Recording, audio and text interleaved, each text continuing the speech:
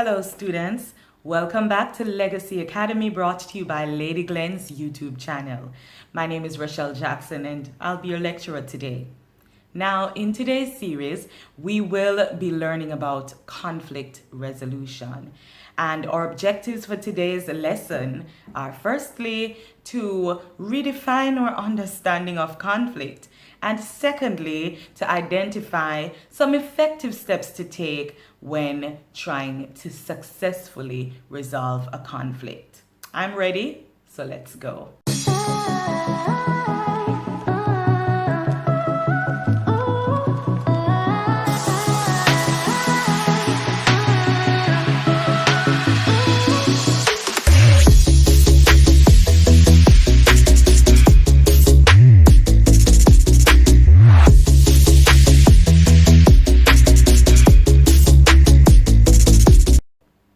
Now, when you hear the word conflict, I want for you to stop for a moment and think, what does that mean to me?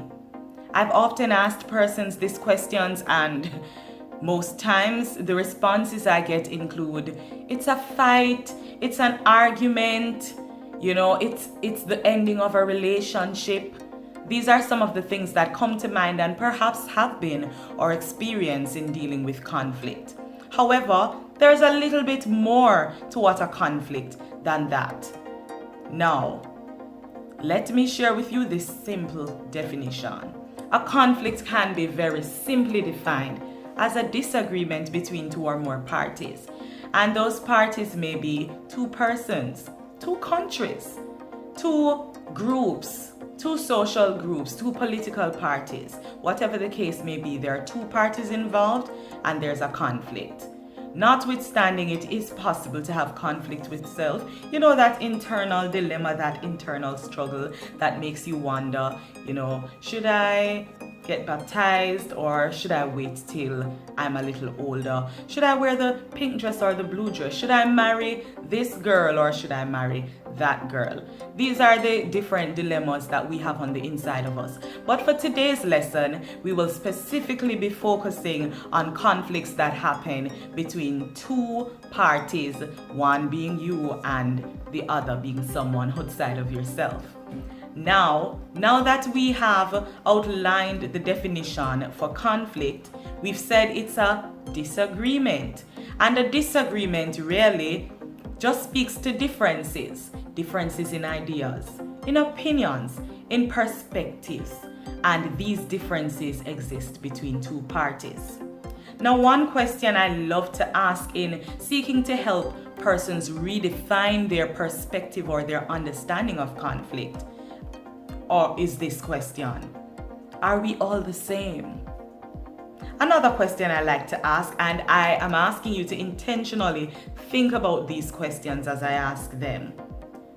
Are we all the same? Do all the persons I know enjoy all the things that I do? Do all the people I know have all the same ideas and opinions that I do? Are all people raised in the same home, with the same socioeconomic background, the same religious affiliation?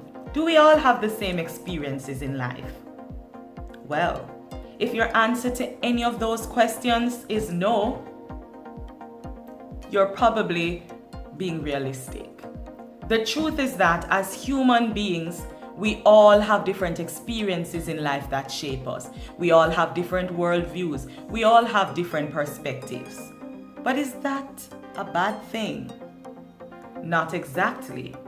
I always say, as amazing as I am, I would not want to live in a world where everyone thinks the exact same way that I do, has all the ideas and opinions that I do, and sees everything in the exact same way that I do.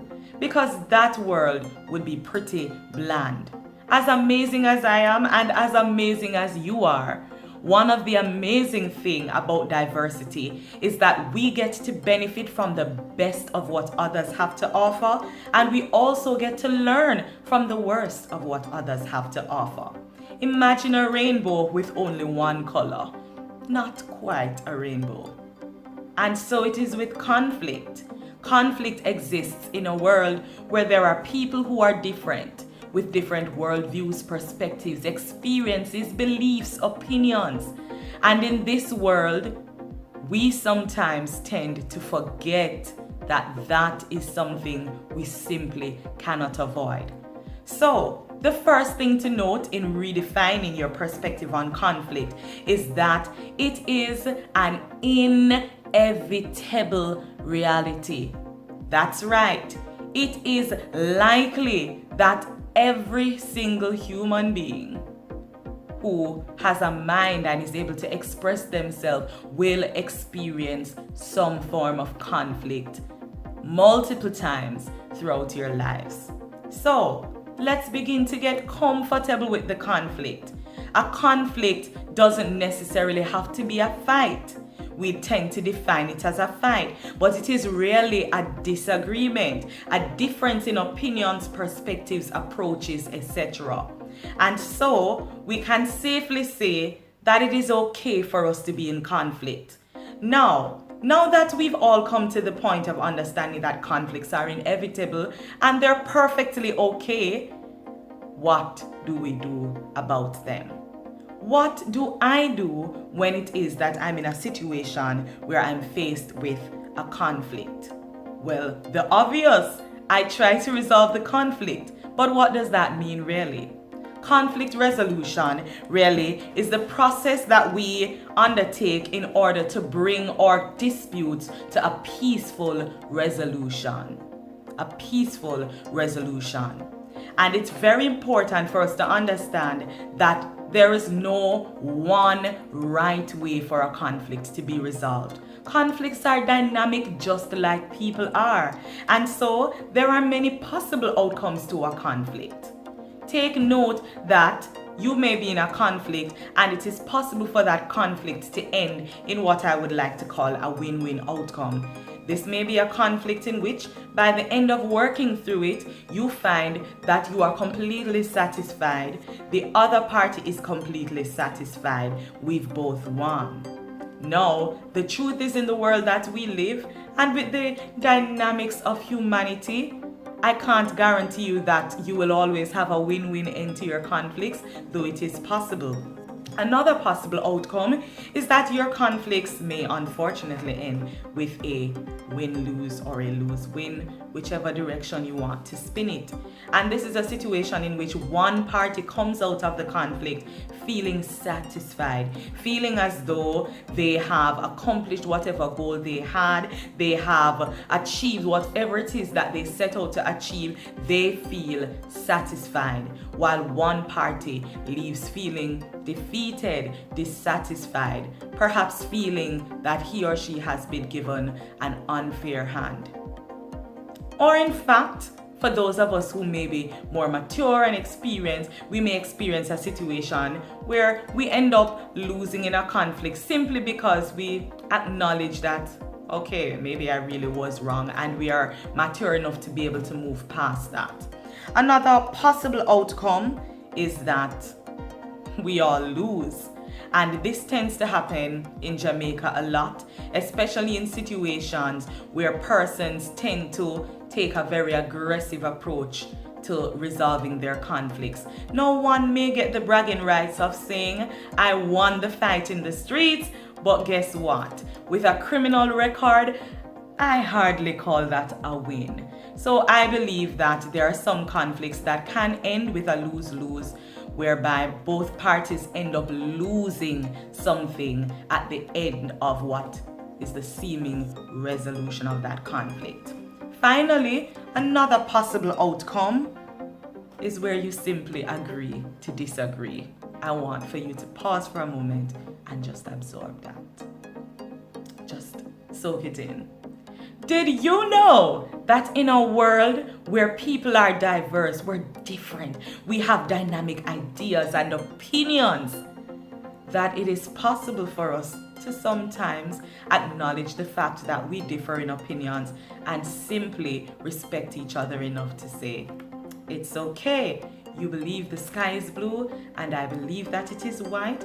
I respect you. I don't agree with you, but I respect you, and it's okay. We do not have to agree. that is also an outcome that is a successful resolution to a conflict. You see, once both parties are able to move forward beyond the conflict can be considered to be resolved. Now, what are the steps that we can take to get us to any of these outcomes? There are a number of steps that you can take. I will be sharing some with you, and hopefully you will find them useful. I think you should. Let's get right into it. Step 1. So you are in full conflict mode.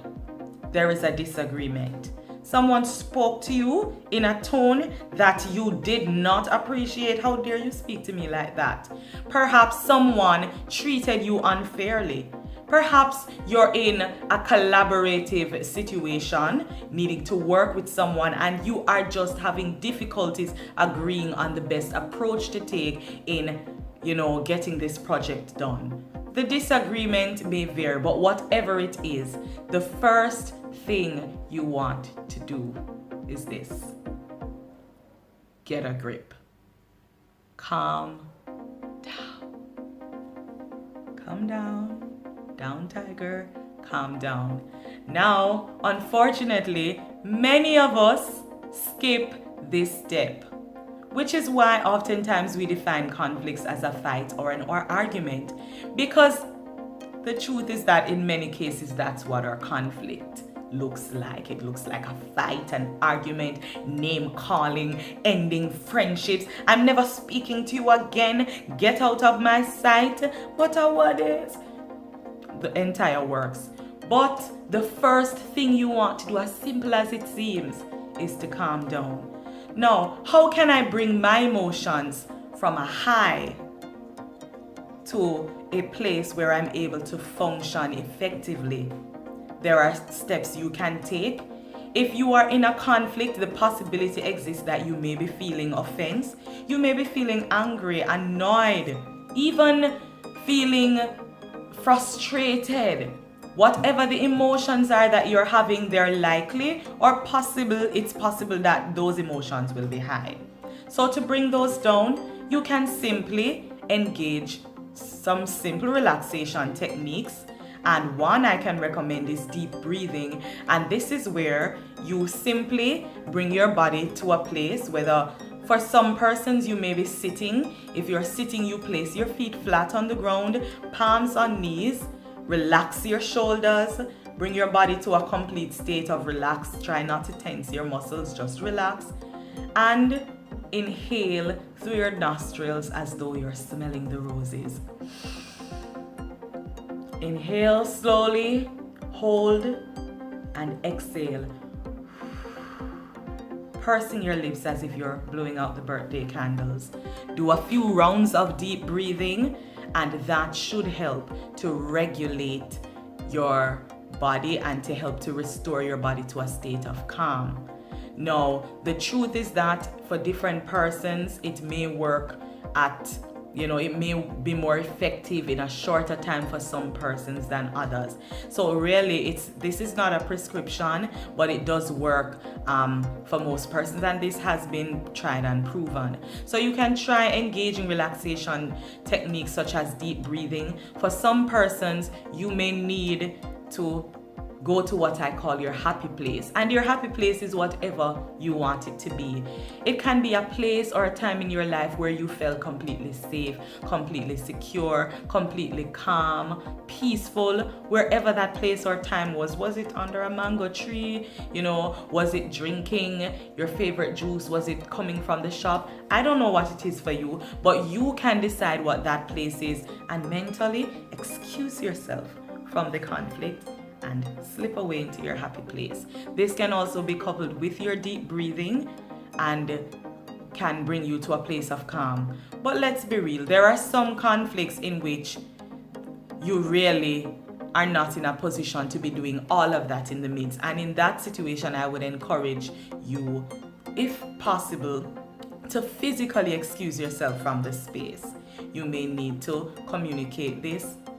Excuse me, if you're able to, because depending on the level of rage that you're experiencing or anger, you might not be able to clearly communicate that. You may have to just use body language, put up the church finger, and excuse yourself. All right? But whatever it is that you need to do, the point of calming down is to be able to bring you to a place emotionally and mentally where you're able to process clearly.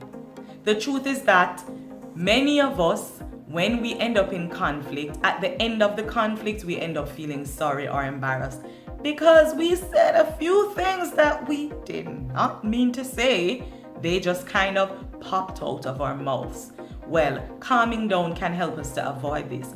Many relationships can be preserved if we try to calm down before attempting to do the work of conflict resolution. So calm down, take away yourself, excuse yourself, deep breathe, relax, go to that happy place. But whatever you've got to do, ma'am or sir, calm down. It's okay. It's okay. I can handle this later. Now moving right along.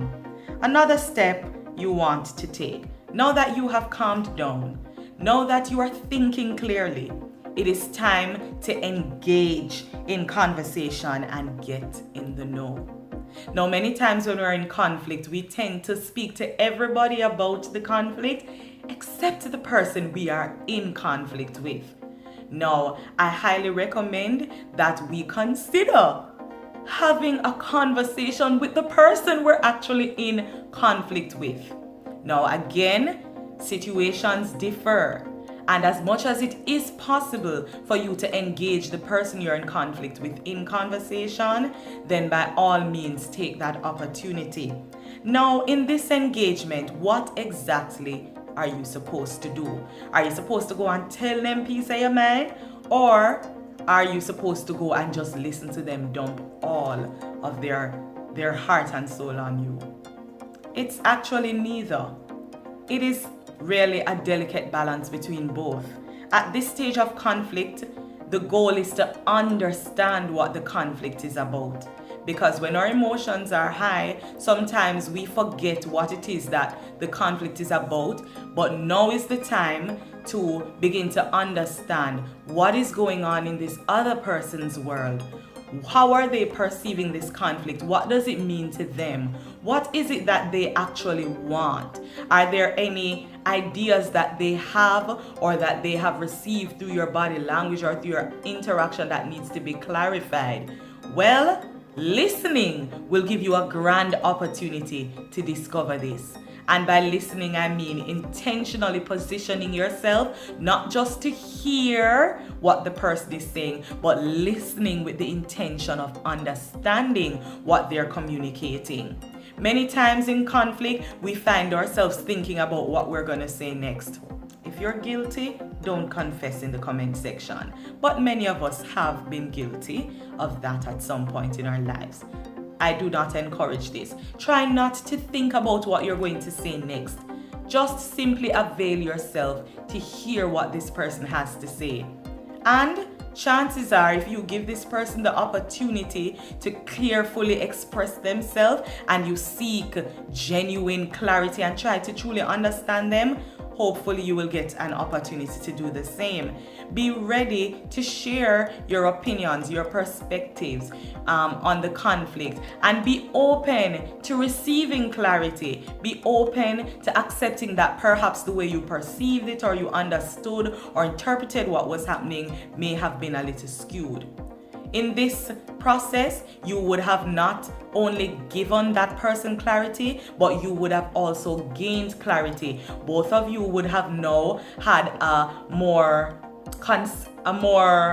accurate understanding of what is really taking place and therefore be equipped to do the work of resolving the problem because you've identified the real problem. It's not because she is bad mind or him don't like you. Perhaps it's because of a misunderstanding. If we calm down and listen long enough, we may discover this. Another step that we can take, now that we've calmed down, we've gotten a grip on things, we've gotten in the know, we know what the conflict is about, we know what we want and what the other person also needs. Now that we've gotten to that point, the next thing to do is one of the hardest things to do. But I'm going to say it anyway. Take responsibility. Get real and take responsibility. Now I know we all like to think the best things about ourselves. We all sometimes like to feel like we're on the victim's end.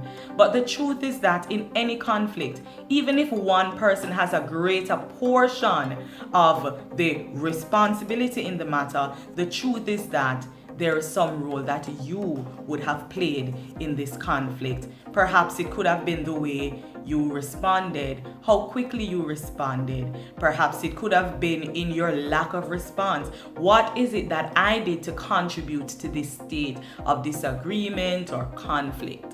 Right? And especially if the conflict has gotten out of control, what have I done? What could I do differently?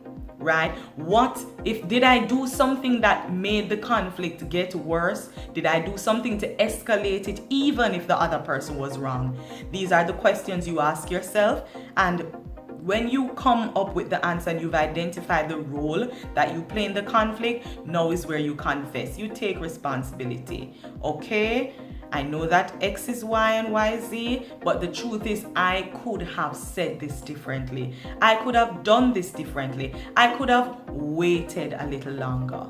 Take responsibility. It helps the other person to also feel a sense of hope and it helps to, lower this person's defense. They don't feel attacked when it is that you are also acknowledging the part that you've played in the conflict. And so it causes persons to be more open to also acknowledging their own faults. And disclaimer again, this is not a prescription. It is not a general statement of how all humans are. These are possibilities. All right. Finally, after you've taken responsibility, you want to brainstorm or seek out solutions.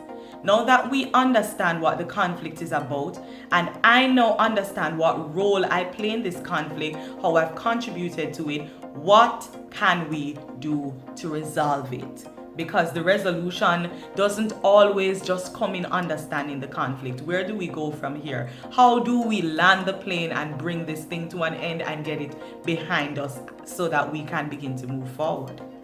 Well, you may need to brainstorm with the other person depending on the nature of the conflict. You can engage the person in conversation.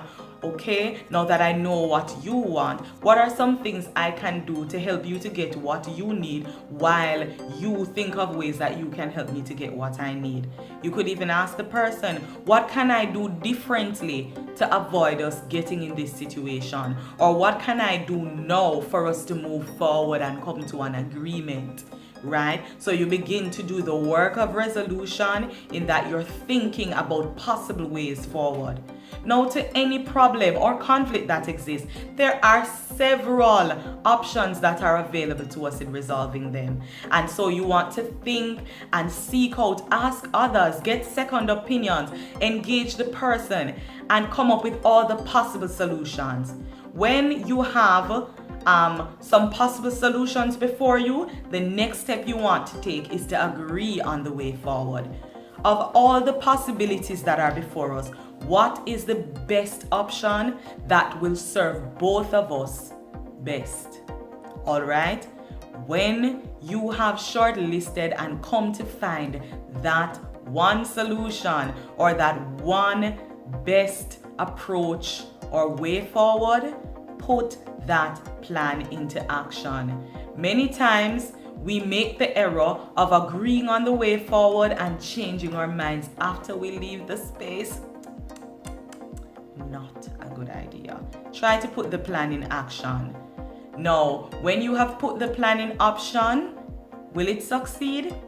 We don't know. It may not have been the best option. Maybe through trial and error, you will discover that it was not the best solution to the conflict, and you may need to repeat a few of the steps and try again. But at the end of the day, if this relationship, right, if this is a conflict with a person or even a group, if the relationship is important to you, then I'm sure you won't mind doing the work of bringing it to a peaceful resolution. So you want to decide and agree on the way forward, put that into action. And finally, you want to bring the conflict to a close. Now, closure isn't always possible in every single conflict that we will experience in life, but for those that it is possible for, I highly recommend that you seek to bring the conflict to a closure. And closure, depending on the nature of the conflict, it may come in the form of you affirming the person that, yes, I understand your perspectives, they are valid. Maybe you don't agree with them, but you understand that this is how they feel and you acknowledge that this is how the person feels. Because gaslighting is a big thing these days that is destroying relationships. Nobody ever likes to feel like the feelings that they've expressed is taken lightly or is made fun of. Even if you wouldn't be offended, don't ignore the person's feelings, affirm them and remind them and let them know that your concern is valid. I don't have the same concern because we're different and that's okay. It's valid and I appreciate and I understand the place you're in and why you would feel the way that you do. It may also look like forgiveness. No, forgiveness is a struggle for many persons, but sometimes in order to truly move forward from a conflict, forgiveness is absolutely necessary. A friend once said to me, unforgiveness is like locking a person in a cell and standing outside with the key to watch them, to make sure they never escape. Guess what? You're both in prison. Sometimes in order for you to truly move forward without the tension and the discomfort, you may need to make a decision by an act of your will to forgive the person and simply move forward. Closure may also look like thanking the person, and this requires a lot of humility. This requires humility. It's not easy to say to a person, thank you for highlighting something that I did wrong, or thank you for confronting me. But the truth is, this is going to be where the truth is, love tells the truth. You know, sometimes the persons in our lives who confront and challenge us the most are the persons who want the best for us. And so there may be situations in which we may need to say thank you to the person who we experience or we encountered conflict with, because perhaps this person helped us to discover something about ourselves we didn't know was there, or something that we needed to improve on. And so these are some simple ways that we can, well, not simple, not easy to do, but these are ways that we can bring closure to a conflict. Now, there are many other approaches and perspectives on this topic, and I'm definitely no expert, but what I can say to you is that these steps have been tried and proven, and I'm encouraging you, put them into action. So a quick recap: get a grip, calm down, get in the know. Try to understand the conflict by engaging in true conversation, listening to understand, and sharing to communicate clearly. Also, remember to take responsibility for whatever contribution you have made towards this conflict. Be intentional about seeking solutions. Decide on the way forward, put it into action, and bring that conflict to a peaceful closure. Finally, what I would like to leave with us today is that conflict is not our enemy. It's an opportunity for us to learn more about the people in our diverse world and to benefit from the best they have to offer and learn from the worst they have to offer. I hope you found these tips useful. Let us know what you think about them. Do have a wonderful rest of the day. Thank you. Hey treasures, thank you so much for watching this video. I hope you loved it. And of course, this week's royal shout out goes to Share. I could tell the truth. She's consistent, always commenting, always liking, and let me tell you, she's always sharing. Share, big up your nice clean self. Yes, at this point we need to come up with something, probably like a royal shout out president just something, because Cher keeps grabbing this spot week after week. This is perhaps her third or fourth time, but thank you so much, Cheryl. I appreciate you. I love you. Thank you for your support. Guys, don't forget to like, share, comment, and subscribe. By the way, we made 500 subscribers today. Yes. And I am so very happy. I'm excited. Thank you for every share, every like, every comment, everything. Thank you. I'm really happy. We are halfway there. You know, we're on the road to 1000k subscribers. So share this one with your friends, your family, persons you know that are married, just people who you know need this information. And guess what? Everybody needs this skill of learning how to, resolve conflict. So share with them. Make sure you take the time to learn and apply these in your relationships. Until next time, take care.